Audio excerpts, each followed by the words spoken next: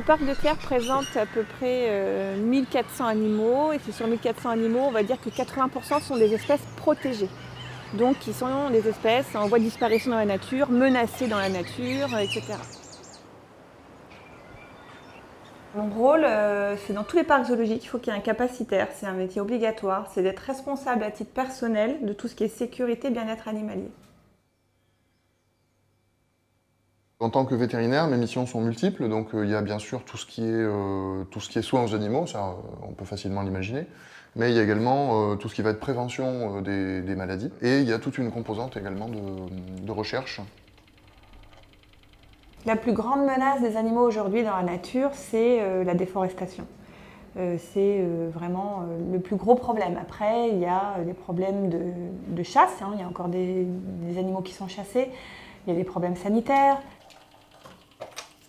Alors les recherches qui sont menées au parc s'orientent autour de 3 grands axes en fait. Le premier de ces grands axes, ça va être la taxonomie. La taxonomie, c'est la classification des espèces. La deuxième grande thématique, ça va être l'étude du comportement, l'éthologie. Là, ça va être une recherche qui va plus être à visée de bien-être. Et après, il y a la recherche en épidémiologie, c'est-à-dire qu'en fait, on capitalise toutes les informations qu'on a pu avoir au travers des autopsies pour définir des facteurs de risque de certaines maladies et prévenir ces mêmes maladies. On est plutôt les arches de Noé, c'est-à-dire que notre mission, c'est de préserver les animaux pour pouvoir les réintroduire dans la nature. Donc ça fait bien longtemps que les parcs zoologiques ne vont plus chercher des animaux dans la nature. Ici, au parc, par exemple, on élève beaucoup d'oiseaux. On laisse parfois les parents faire une incubation naturelle, donc on laisse les parents élever les jeunes, couver les jeunes.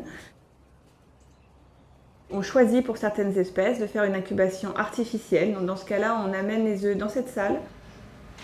Et ces oiseaux, une fois qu'ils sont nés, servent d'échange, c'est-à-dire qu'on peut, avec le zoo de Beauval, le zoo de Lille, le zoo de Venise, etc., dire voilà, moi j'ai eu telle naissance et je suis intéressée par telle naissance chez vous. Et on fait des échanges comme ça. Il n'y a absolument aucun transfert financier.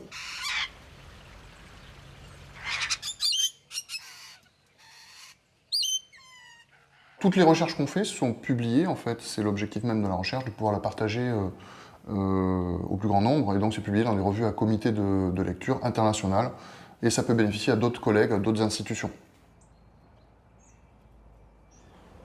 Nous, au parc, par exemple, on traite 150 espèces différentes. Donc on ne peut pas tout savoir.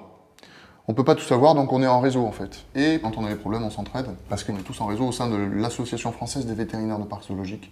Et il y a un forum, et on peut poser des questions. Le fait que les animaux soient en liberté, c'est un paramètre à prendre en compte qui ne va pas forcément faciliter les soins. Mais le plus complexe, je dirais, c'est d'avoir affaire à des animaux sauvages. L'ibichio, c'est un oiseau qui avait quasiment disparu de son milieu naturel. On a envoyé 10 jeunes qui sont nés ici, qui sont partis dans le zoo de Jerez en Andalousie, et c'est ce zoo qui organise la réintroduction. Grâce au parc zoologique, les populations sauvages redeviennent des populations totalement acceptables et qui vont grandir de plus en plus.